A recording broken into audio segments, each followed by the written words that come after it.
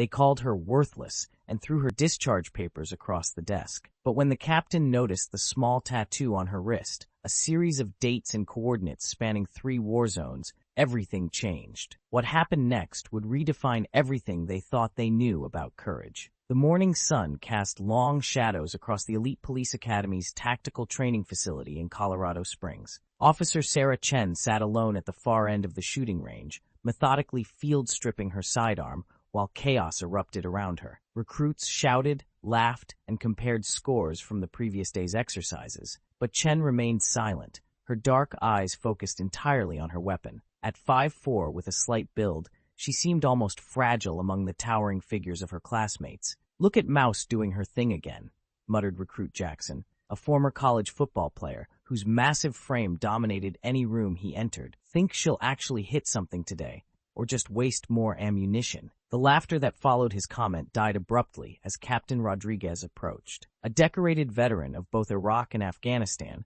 Rodriguez commanded respect through presence alone. His weathered face showed the strain of too many difficult decisions. 15 minutes to qualification round, Chen," he said, stopping directly in front of her position. "Try to keep up with the others today." She acknowledged him with a barely perceptible nod, her expression revealing nothing. The first test. The tactical shooting course was designed to break candidates, moving targets, simulated hostage scenarios, and split-second decision-making under extreme pressure. It wasn't just about marksmanship. It was about becoming the kind of officer who could make life-or-death choices in milliseconds. Jackson powered through the course like a machine, his athletic training evident in every movement. His shots were solid, his times respectable. Other recruits followed with varying degrees of success, each calling out their scores with either pride or frustration. Chen was last, as always. She moved through the course with deliberate precision, never rushing, never panicking. Her movements seemed almost choreographed, economical and purposeful. When the scores were tallied, Jackson had the fastest time. Chen was nearly 40 seconds slower than the next recruit. But something strange happened during the score verification. Chen's targets showed a pattern that made the instructors pause. Every shot was placed with surgical precision, not just hitting the designated zones, but consistently striking the exact spots that would instantly neutralize threats while minimizing collateral damage. "Speed means nothing if you can't make the hard choices under pressure," Rodriguez announced to the group, but his eyes remained on Chen. "In real situations, your community won't wait while you get everything perfect." For just a moment, something flickered behind Chen's calm exterior. A shadow of memory, perhaps, but it vanished as quickly as it appeared. The whispered doubt. Later that afternoon, Rodriguez pulled aside 2 senior instructors, Sergeant Walsh and Lieutenant Brooks. They spoke in hushed tones while Chen prepared for the next exercise with her characteristic methodical approach. 3 months in, and her tactical times haven't improved, Rodriguez said quietly. Her psychological evaluations show she lacks the aggressive mindset we need for high-stress situations. But her accuracy scores are unprecedented, Walsh countered. "I've never seen anything like her precision under pressure." Brooks shook his head. "This isn't target practice, Walsh. We're training officers who might have to make split-second decisions that save lives. That hesitation before every action could get innocent people killed." Rodriguez made his decision. "I'll give her through tomorrow's final exercise. If she can't demonstrate the decisive action we need, we cut her loose." The breaking point. The next morning brought the Academy's most challenging scenario, a simulated active shooter situation in a mock school environment. Multiple hostages, complex layouts, and the pressure of knowing that every second of hesitation could mean civilian casualties. Jackson approached the scenario with his usual aggressive confidence. He cleared rooms systematically, neutralizing threats with acceptable accuracy and impressive speed. His performance was textbook, exactly what the Academy sought in its graduates. When Chen's turn came, she stood at the entrance for what seemed like an eternity. The scenario clock ticked away precious seconds while she remained motionless, studying the layout through a small window. "What is she doing?" Brooks muttered, watching the monitors. "Every second she waits, people are dying in there." Finally, Chen moved, but instead of following the standard room-clearing protocol, she took an unexpected route. She moved through the scenario with the same deliberate precision she brought to every task, but something was different. Her path seemed almost prescient, as if she knew exactly where every threat and every hostage would be positioned. When the exercise concluded, The results were stunning. Chen had neutralized every threat with single shots while evacuating all hostages unharmed. Her time was slower than Jackson's, but her precision was flawless. More importantly, post-exercise analysis revealed something the instructors had missed. She had identified and avoided 2 hidden threats that other recruits hadn't even noticed, threats that would have resulted in casualty points for anyone else. The dismissal. That afternoon, Chen sat across from Rodriguez in his office. The discharge papers lay between them like an accusation. "You're technically proficient, Chen.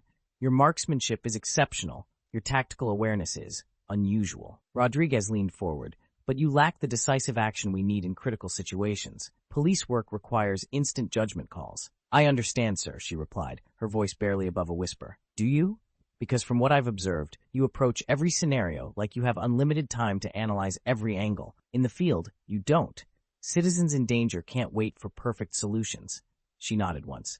"No, sir, they can't." Rodriguez slid the papers toward her. "I'm recommending you for transfer to a desk position. Your analytical skills would be valuable in intelligence or tactical planning." For the briefest moment, something shifted in her expression. Not disappointment or anger, but something deeper and more complex. She stood, saluted with precision that would make a drill sergeant proud, and left without another word. The hidden truth. As Chen packed her few belongings in the dormitory, she retrieved a secure phone from beneath her carefully folded uniforms. The brief conversation was in Mandarin, but anyone listening would have heard coordinates, timelines, and references to classified operations spanning multiple countries. Her personal equipment case was the last item she collected. Unlike the standard-issue gear the other recruits used, this case bore custom stamps from nations most people couldn't locate on a map. The contents would have surprised anyone who believed they knew Sarah Chen. As she walked across the academy grounds toward the main gate, Jackson and several other recruits watched from the mess hall windows. "Guess they finally figured out this isn't a place for librarians," Jackson said, loud enough for her to hear. But Chen wasn't headed toward the gate. Instead, she turned toward the long-range training facility, a section of the academy used only by advanced instructors for specialized training. The Revelation Rodriguez was reviewing Chen's dismissal paperwork when Sergeant Walsh burst into his office. "Captain, you need to come to the advanced range. Now." "What is it?" "It's Chen. You just need to see this." The 1,000-yard range was used primarily for specialized tactical training that most recruits never experienced. At the far end, Chen had set up a shooting position with equipment that looked nothing like Academy standard issue. Her rifle was a custom precision instrument that clearly had seen extensive field use. The scope alone was worth more than most officers' annual equipment budget. The target at 1,200 yards, placed there as an aspirational goal that few instructors could consistently hit, showed a tight grouping of 3 shots that could be covered by a business card. "What the hell do you think you're doing, Chen?" Rodriguez demanded as he approached. "You've been dismissed from the program." Without a word, she handed him her rifle. As he examined it, his eyes caught something etched beneath the scope mount. Engraved in the metal were dates, coordinates, and operational codes. Each entry was meticulously recorded, spanning locations across 4 continents: Syria, Somalia, Myanmar, and locations he recognized from classified briefings. The most recent entry made his blood run cold. "Operation Mirror Lake, target acquired, 043. "That's impossible," Rodriguez whispered. Mirror Lake was a classified counterterrorism operation. No one outside top-level clearance even knows it exists. Walsh made a quick phone call, speaking in hushed, urgent tones. Within minutes, a black SUV with government plates arrived at the range. A woman in her 50s stepped out, her bearing immediately identifying her as someone accustomed to command. She was followed by 2 security personnel who maintained a respectful but alert distance. "Captain Rodriguez," she said, extending her hand. "Director Sarah Martinez, FBI Counterterrorism Division. I believe you've met our asset." The truth unveiled in Rodriguez's office, Director Martinez explained while Chen sat in characteristic silence. "Officer Chen has been operating as a deep-cover precision specialist for the past 6 years, Martinez said. Her unassuming appearance and quiet demeanor make her ideal for operations where traditional law enforcement presence would be problematic. Rodriguez stared at Chen with new understanding. The hostage situation in Denver last year, the one where the terrorist was eliminated by an unknown sniper from an impossible angle? Chen nodded once. "But why bring her here?" Walsh asked. "If she's already operational," Martinez smiled. "We need her to have an official law enforcement record. She's transitioning to a training role. The next generation of tactical officers needs what she knows. Why didn't you tell us? Rodriguez asked Chen directly. For the first time since arriving at the academy, she smiled, a small, knowing expression. Because real professionals don't need to advertise their capabilities. But the speed requirements, the aggressive approach we demand, Rodriguez pressed, those aren't arbitrary standards. The most effective tactical officers, Chen interrupted, her voice soft but carrying new authority, aren't the most aggressive or the fastest. They're the most observant, the most controlled, the ones who can read a situation completely before taking action. Martinez nodded. Officer Chen holds the record for the most successful high-risk extractions in domestic counterterrorism operations. 17 hostage situations, 0 civilian casualties. That's impossible, Rodriguez said. That's why no one's heard of her, Martinez replied. The best operators work in shadows. The new beginning. 1 week later, advanced tactical students assembled in the academy's strategy room. Instead of Rodriguez at the head of the class, Officer Chen stood waiting. Jackson looked around in confusion. What's she doing here? Listen up, Rodriguez called as he entered. Today's instructor needs no introduction to those who've been paying attention. Officer Chen will be teaching advanced situational analysis and precision tactical response. Sir, Jackson couldn't hide his surprise. I don't understand. Problem, recruit? Rodriguez asked.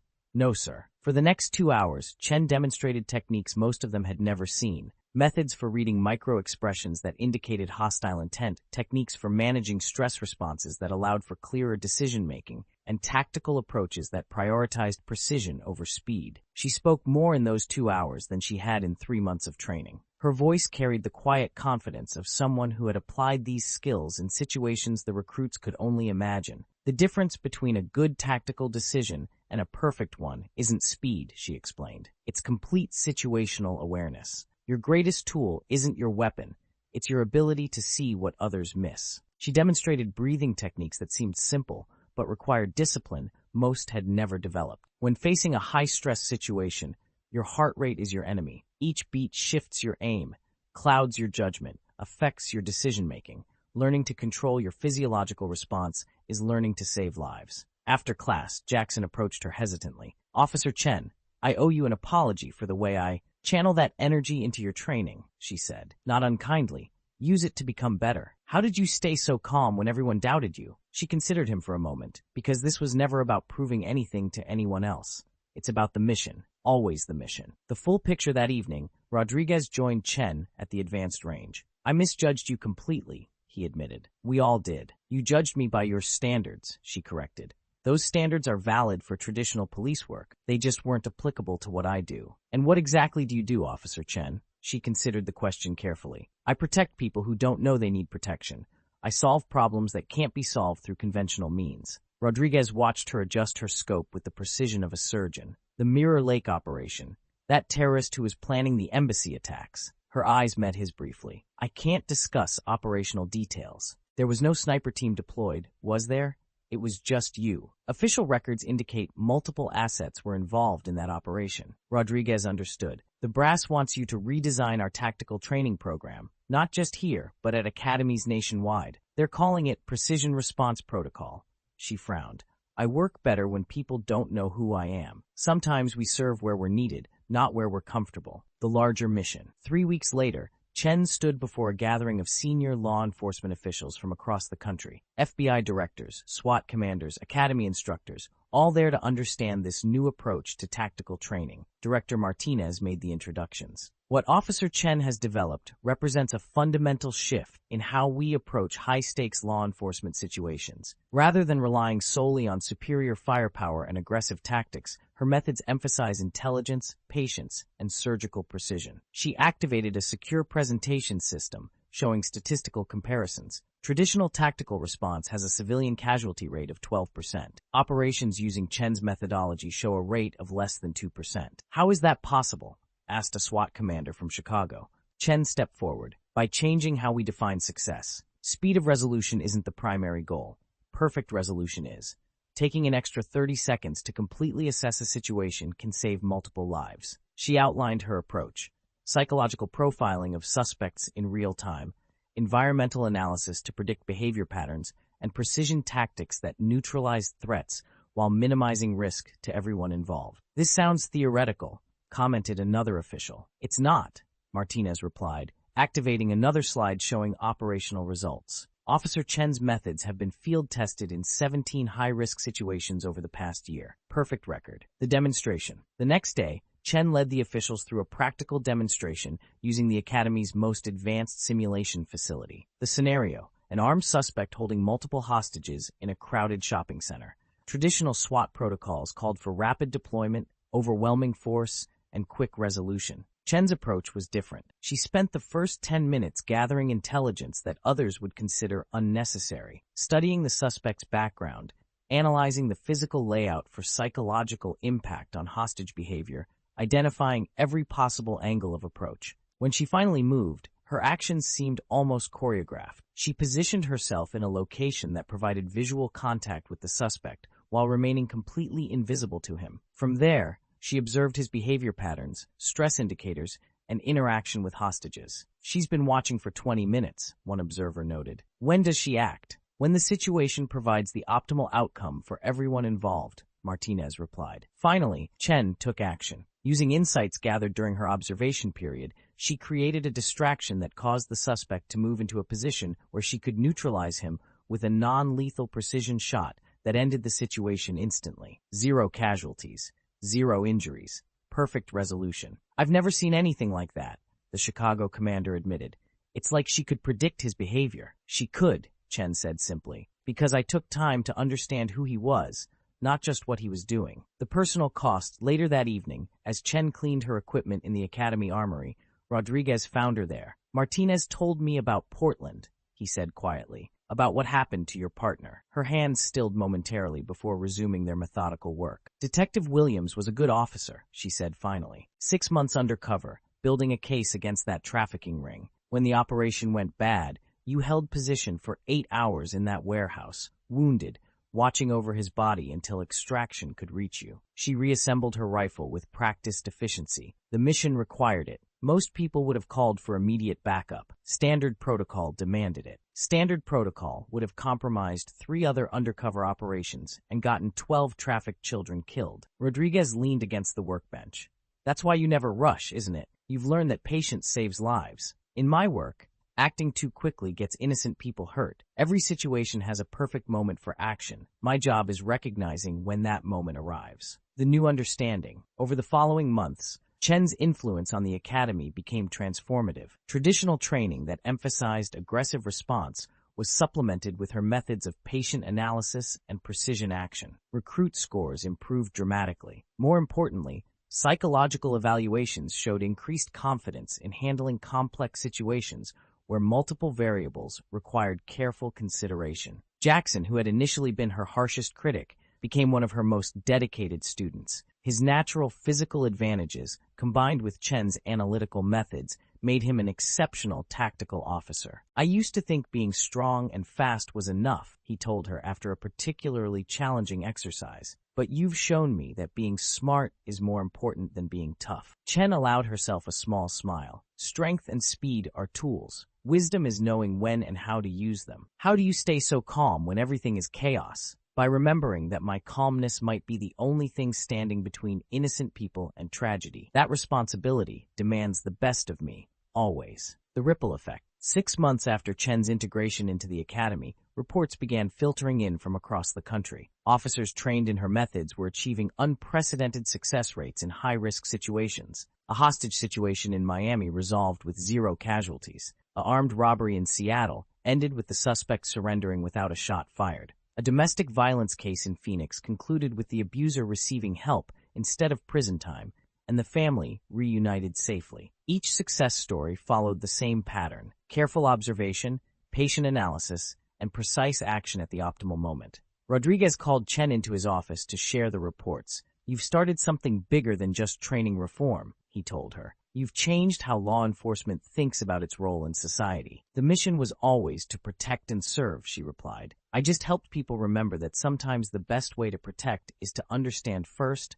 act second. The recognition. The ceremony was held at the FBI Academy in Quantico. Law enforcement officials from around the world gathered to recognize the precision response protocol and its impact on modern policing. Chen stood uncomfortably at the podium, still preferring shadows to spotlights. Officer Chen's methods represent more than tactical innovation, the FBI director announced. They represent a philosophy that law enforcement exists to serve all members of our communities, including those who find themselves on the wrong side of the law. He presented her with a medal, recognizing her contributions to law enforcement training and her operational achievements. In her brief acceptance speech, Chen's words were simple but profound. The badge we wear doesn't make us warriors. It makes us guardians. Our strength isn't measured by how quickly we can end a situation, but by how wisely we can resolve it. The continuing mission. 2 years later, Chen stood before a new class of recruits at the academy. Her methods had become standard training, integrated into law enforcement programs worldwide. But she never forgot the lesson of her own journey, that excellence often hides in plain sight, waiting for someone wise enough to look beyond surface appearances. Today, we begin your education in becoming not just officers, but guardians, she told the new recruits. You'll learn that the most powerful weapon in your arsenal isn't on your belt, it's between your ears. She looked out at the eager faces, seeing the same mixture of confidence and uncertainty she had once carried. Some of you will be fast, some will be strong, some will be technically perfect, but the best of you will be the ones who remember that every person you encounter, suspect or victim, criminal or citizen, is someone's child, parent, or sibling. Your job is to serve them all. As the sun set over the academy grounds, Chen took one final look at the advanced range where her journey had truly begun. Tomorrow would bring new challenges, new students, new opportunities to turn doubt into understanding. The ghost had become a teacher, the outcast had become a leader, and the misunderstood had become the one who helped others understand. In the end, that was the most powerful lesson of all, that true strength lies not in dominating others, but in lifting them up. True excellence isn't about being better than everyone else, it's about helping everyone else become better.